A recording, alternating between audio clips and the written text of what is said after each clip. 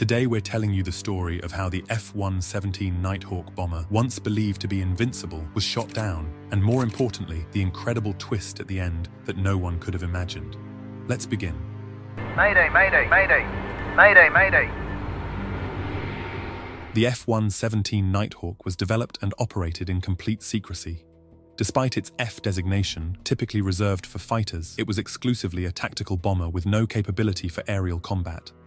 Its entire design prioritized reducing radar visibility rather than aerodynamics. Interestingly, the Nighthawk lacked both a radar and a radar detector, and its speed deliberately limited to subsonic levels, as every aspect of its design was focused on stealth. Its radar signature was unprecedented, just 1/1000th of a square meter compared to the massive 100 square meters of a B-52 bomber. However, this extreme focus on stealth came with vulnerabilities. If its cover was blown, the Nighthawk needed to be escorted and protected by fighter jets in hostile territories. For years, this highly expensive and secretive aircraft remained shrouded in mystery until it finally proved itself in combat during the Gulf War. While most coalition forces concentrated their attacks on one side, the stealth bombers slipped in undetected from the other, completely invisible to radar control. They caused utter chaos, with Iraqi air defenses not knowing what was hitting them and from where. The Nighthawk continued flying throughout Operation Desert Storm, completing an incredible 1,300 sorties without losing a single aircraft. However, crucial information from this war surfaced that would later change everything. It was reported that Iraqi forces had managed to detect Nighthawks using older, low-frequency radars, such as the P-12 and P-18 systems. Though long considered obsolete, these radars would later become invaluable to Serbia's highly trained air defense teams. On March 24, 1999, Operation Allied Force began with the bombing of Serbia's infrastructure and military targets. On the fourth night of the operation, a Nighthawk with the call sign Vega 31, flown by Lieutenant Colonel Dale Zelko, was on a mission to bomb the Serbian Air Force Command Center in Belgrade. However, this mission started to go wrong from the very beginning. US Air Force EA-6B Prowlers, tasked with targeting SAM sites and providing electronic jamming to protect the bombers, were grounded that night due to bad weather. Aborting the mission was considered but ultimately dismissed, as Serbia's air defenses weren't taken seriously enough. Another critical mistake was made when the Nighthawks, flying without support, took the same path as in a previous mission. Serbian spies near the base in Italy, where the Nighthawks took off, informed air defense of their departure without escort. The Serbs also correctly predicted the bombers would use the same flight path as before. On the ground was the S-125 Neva missile system of the 3rd Battery of the 250th Missile Brigade, commanded by Colonel Zoltan Dani. They had been informed about a group of enemy planes 23 kilometers away, heading in their direction.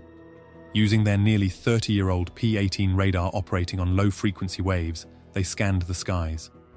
This radar type at low ranges could detect stealth aircraft that modern high-frequency systems struggle to track. For now, they were just monitoring the aircraft's position as it moved quickly into their firing range. However, to lock onto a target, they needed to activate their fire control radar, which operated on high frequencies. This radar would become immediately visible to aircraft equipped with radar warning receivers and anti-radiation missiles, which could home in on the radar's emissions and destroy the SAM station.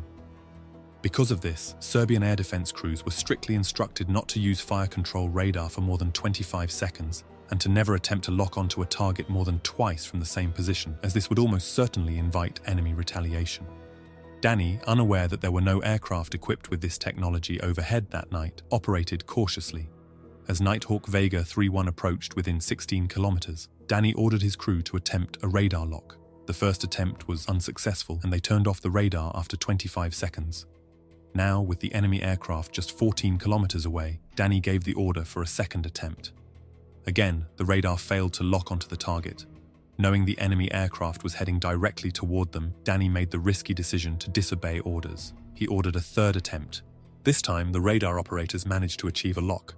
Without hesitation, Dani gave the command to fire, launching the first missile and 5 seconds later, a second.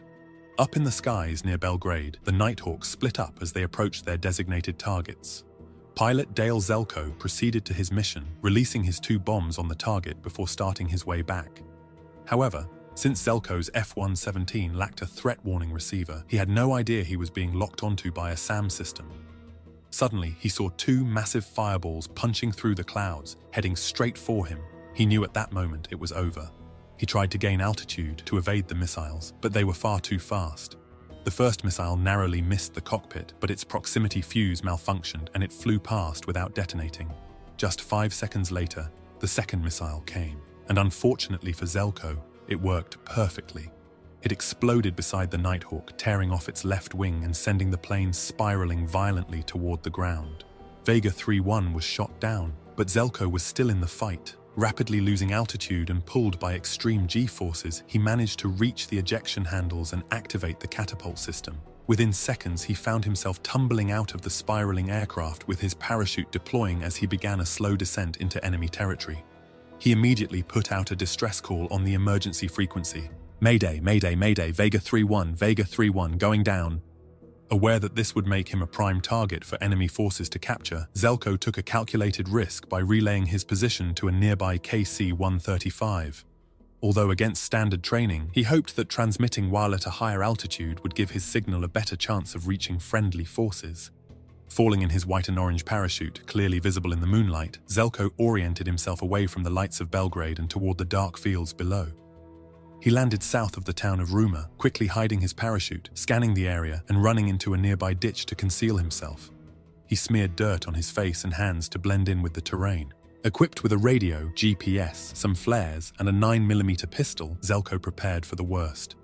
Later, he admitted he had no intention of fighting if Serbian forces approached, knowing it would be futile. On the other side, rescue forces were frantically working to locate Zelko and launch a rescue operation. Meanwhile, Zelko remained in hiding for the next several hours, fully aware that the enemy was actively searching for him and likely monitoring rescue communications. At one point, he had a close call when a dog nearly revealed his position. More than 5 hours had passed since he landed, and the odds of being found by enemy forces before his rescuers grew increasingly high. Zelko could hear the movement of trucks nearby and knew it was only a matter of time before he was discovered. Finally, a group of 3 US helicopters, supported by other aircraft overhead, approached his location and established radio contact. The rescuers, knowing that Serbian forces were likely listening on their frequency, repeatedly asked Zelko to identify himself and confirm that it wasn't a trap. Carefully following protocol, Zelko provided the correct responses to verify his identity. Once his identity was confirmed, the helicopters moved in. However, when the helicopter pilots instructed Zelko to turn on his signaling device as they were now just 2 miles from his position, the device malfunctioned. Zelko could hear the helicopters overhead but was unable to guide them directly to his location. Seeing vehicles moving nearby and realizing he had no other way to signal the helicopters, Zelko decided to fire a flare, fully aware it would reveal his position to everyone within several miles. Fortunately, the helicopters were directly above him and immediately spotted the flare. They confirmed his location over the radio, and Zelko quickly extinguished the flare with his foot. 2 helicopters provided perimeter security, while one landed just 100 feet from Zelko's position. 2 special operators jumped out with rifles ready and found Zelko kneeling with his hands raised, following rescue protocol. After confirming his identity, they escorted him back to the helicopter, being on the ground for only 40 seconds. With a bit of luck and 7 harrowing hours evading enemy forces, Zelko was successfully rescued. However, 12 years later, this story took a completely unexpected turn that no one could have imagined. During the filming of a documentary, a Serbian producer came up with the idea of having Zoltan Dani, the commander of the battery that shot down the Nighthawk, and its pilot, Dale Zelko, talk to each other. After reaching out to both men, they surprisingly agreed to speak over the internet. Retired pilot Zelko was even more shocked when he received an invitation to come to Serbia, but this time, under completely different circumstances, to meet the man who had shot down his aircraft. To everyone's astonishment, Zelko accepted the invitation without hesitation. Soon, the 2 former enemies met in Serbia, shook hands, and began talking about the events of that fateful night. Zelko was deeply moved by how warmly he was received in a country he once had a very different perception of.